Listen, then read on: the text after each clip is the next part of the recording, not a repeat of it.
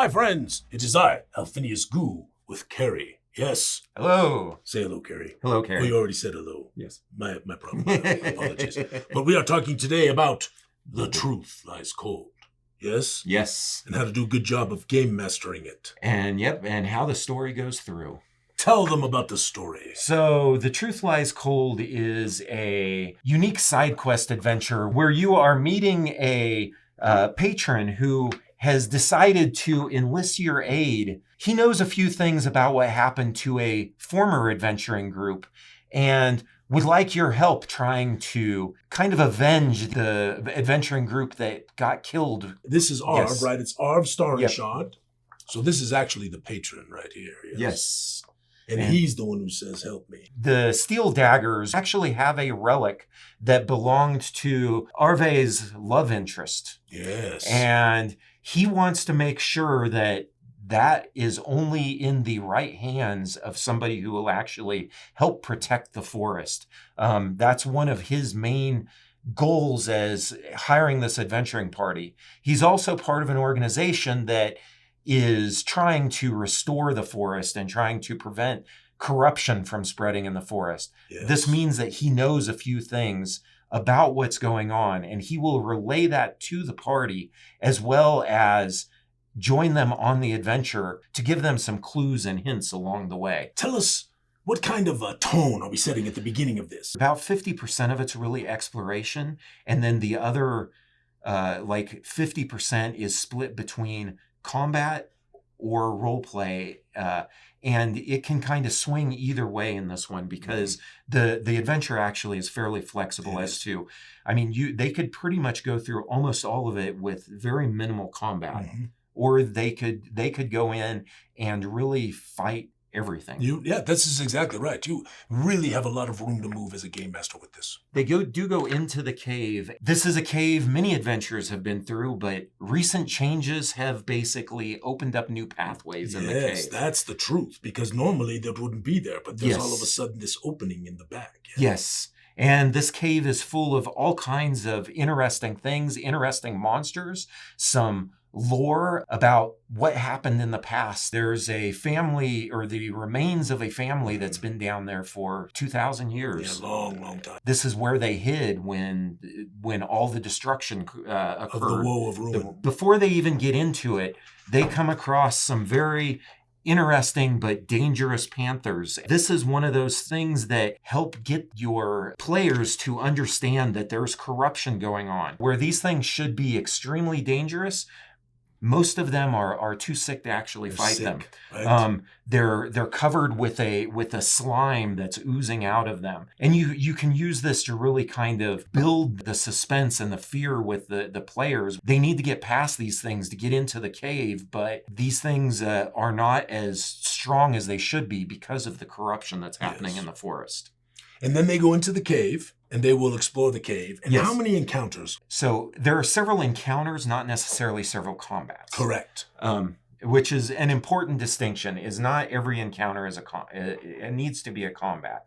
One of the first ones really, or the first two really, are exploration type things. And there's a handout. Go ahead. Yeah. You keep talking. I'll take care of the handout. So, the first chamber is exploration. Not going to take very long to get through, but a good spot to start throwing in some of the little creepy things that are in the back of the GM guide about what they're hearing, what they're feeling, to kind of give them a little bit of that.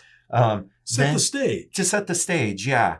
And then they come into the next one, which is a snake burrow with a giant twin-tailed snake. Luckily for the players, this snake is already dead. It's dead. It's dead. Dead. There is, though, the option, if you're running short and you need to throw in some encounter, there is an option in one of the NSREs for a live version of this to come in. Correct. And again, though, it's probably coming relatively early. When you look at the map, because again, it is a dungeon crawl, or in this case, a cave crawl, and you can see how it's over here, right? Yeah. So it could happen early, it could happen late. So you have to keep that in mind as you're going to have to be a little flexible because you don't really have control over which direction they're going to go. And remember, friends, we always do fog of war with sticky notes, right? That's our strategy. So we do it at the table, and you can take the map. You can use black sticky notes or any color sticky notes, and then pull them off as they go. Yes. Most of the combats in here aren't tactical, where you need set pieces out. They're very easy to run theater of the mind because they're very abstract. The next encounter is basically a swarm of rats, run by a rat queen or the rat mother. And this should be a fun combat, but it really shouldn't last a long time. Correct. Shorten a little bit if you need to, if you feel like this is a cut group back that's on some hit points. Yeah, absolutely. Just some of those little tricks that you can do as a GM to speed the combat along. Some could even run away, right? Yes, at the end when absolutely. they're starting to get bad, don't run it all the way to the end. Let them escape. Yep. You know? But this is an opportunity again for Arva to sit and go, well, it's a good thing that we didn't find the Rat King. Well, guess what? You could. You don't have to. Again, things that you can throw in there. That's if you're right. running You need a little the Rat King. The Rat King can jump in there at the same time. So, flexibility, Yes. The next one. Love this one. The next one is really, again, very, very exploration oriented. It is, we're going to find things. We're going to understand a little bit more about what's going on. Yes, in the Underdelve. Yes. And of Ziathe, there are things called Illumiines. And the Illumiines are crystalline-like structures that appear almost as trees and glow in the dark with multiple colors. Yes. And they get to find one of those, yes. Yes, they do. And but also... there's a water problem, yes. Tell them about the water problem, sir. Well, so as you are exploring this, it is in water. They go out, they will see a dark shape. This is probably not something that they want to fight. This is a young Chasmith. It's a good thing we're not fighting an adult Chasmith in this case. Yes, indeed. But this thing is very tough. The idea is that they should run. And this is, again, where since you've got a member with them that is helping them, you can sit there and say, he looks at you all and goes, we can't fight this. Let's run. Because this combat could very easily kill, especially a weaker party. Now, again, you can weaken it up. You can. If you wanted to run it and you wanted to have, time, depending on time and all of that stuff, you could have it pull one of the party members into the water and them have to rescue, right? Yes, absolutely. So again, it's the flexibility, but this is a tough encounter. And then you have the hole. If you're exploring a cave, you need to find something, and what better way to find something than that the daggers have been shoved into a hole after they've expired. Yes, all of their bodies. Yes, and they can see one, and then again, this is one where as they're getting to it, there are opportunities for them to fumble a little bit and for things to fall. You don't want to really hurt the party severely here or damage them, but you want them to have some scares as they're falling down. But going down through into there, they will encounter all of the bodies of the daggers. Yeah, you literally have to descend the hole. Yes. And they've been caught up in roots and other things like that, right? Exactly. And then they have to extract them, right? And you can short shrift that as well, right? Yeah. So if time is running, you kind of sneak down there, have them go down there and say, okay, you get them out. But this is where also if you've gone short on some of the combats and you've got a group that is into kind of the role play and stuff, this is a great spot to expand kind of the description of what happens and how they fall and everything that can happen to them in that. And honestly, if you wanted to, you could even throw a monster of your own creation that happened to attack at that time, right? Maybe something that was interested, maybe carrion crawlers or something like that are interested in the dead, right? Yeah. So there's options for you. Again, it all depends on the time, right? Yeah. We're trying to keep it in 4 hours. Yeah, and in 4 hours, I don't think you'll be adding much to this one. I don't either. But if you've got a party that's really, really quick, and we've all had those parties that they've played together, they all know I'm going to do this, and they're going, you can throw some of these in there as extras. We talked a little bit about these encounters and all of that stuff, but just speaking to the game master out there who has to do an adjustment. Yes. How many encounters all in with the explorations and everything? So with the explorations all in and the final combat, there are about 7 encounters. Yep. Or locations or events. Yeah. Right? And again, encounters being some of these are exploration type things. Realistically, you need to set aside 45 minutes or so for the final combat. That's the most important one. The rest of it, really, you probably want to stick to about 15 minutes per thing. If you need to drop something, definitely the rats probably are the one that I would drop. And you certainly don't have to bring the snake out, even though we gave you the snake. Yes, the snake is completely an optional thing. If you've got a party that's all about combat, they rush through everything. That's a good way to do. We've even got bats for those people, right? We even got a bonus, right? But once you're down through there, a little bit more exploration, you come to the painted cave. And the very pretty. This is also one that is a way to give them some lore of Zyathe. Yes. Some of the things that happened during the Woe of Ruin. There are descriptions of what they see in each of these paintings from a couple families that came down here to escape the Woe of Ruin and lived in these caves during the Woe. Yes. But we also don't know what happened to those. So this is one where if you're running this not at a convention, you have a little bit of an opening here to start expanding. Much room. Yes. But at the inside this cave as well is the campsite where the daggers were actually at. And this is, you can throw in stuff here about the 7 daggers and some of the, they can see the fights that have gone on and some of this. Or you can do it up higher where it makes sense, where they got thrown down into the hole. But then when they're up there, this is where the final encounter comes. And this is an encounter that is going to be very taxing. At least it should be. It should be. You should make sure it is. And the way it's fairly taxing, there are 7 ghosts of the daggers that show up. And all of these ghosts, don't have enough hands for all the ghosts.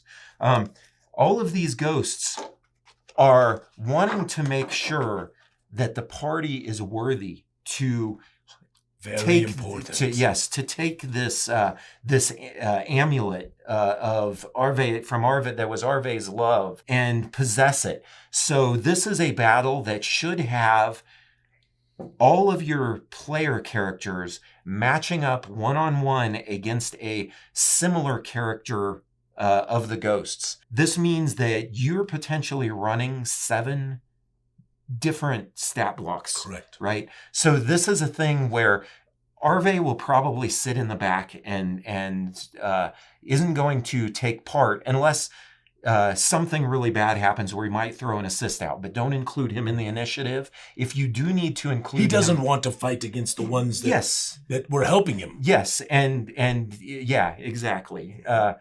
So this is one where he's probably going to sit out. At other times, if you are throwing some of these other things, that might be he's going to be willing to assist fighting some of these other things. And maybe if you're busy, this is one of the spots where you could hand his stat block to an experienced player and say, okay, can you help run this? Yep. But in this final encounter, you want him to sit out. The only time he might intervene is if somebody's going to go down, he might try and assist them in some way. Yes. But this really should be their fighter against the player fighter, the dagger mage against the player mage, and that type of thing. You may not be able to match it up exactly, but magic user against magic user, weapon user against weapon user. Encourage them they're trying to show how worthy they are and how they can continue on. And then there's role play opportunities during this as well, right? Yeah, absolutely. And in fact, honestly, to me, because I'm always flexible in this regard, if you have a role play heavy group and they really, really enjoy role playing, perhaps you don't have to have a combat with them at all.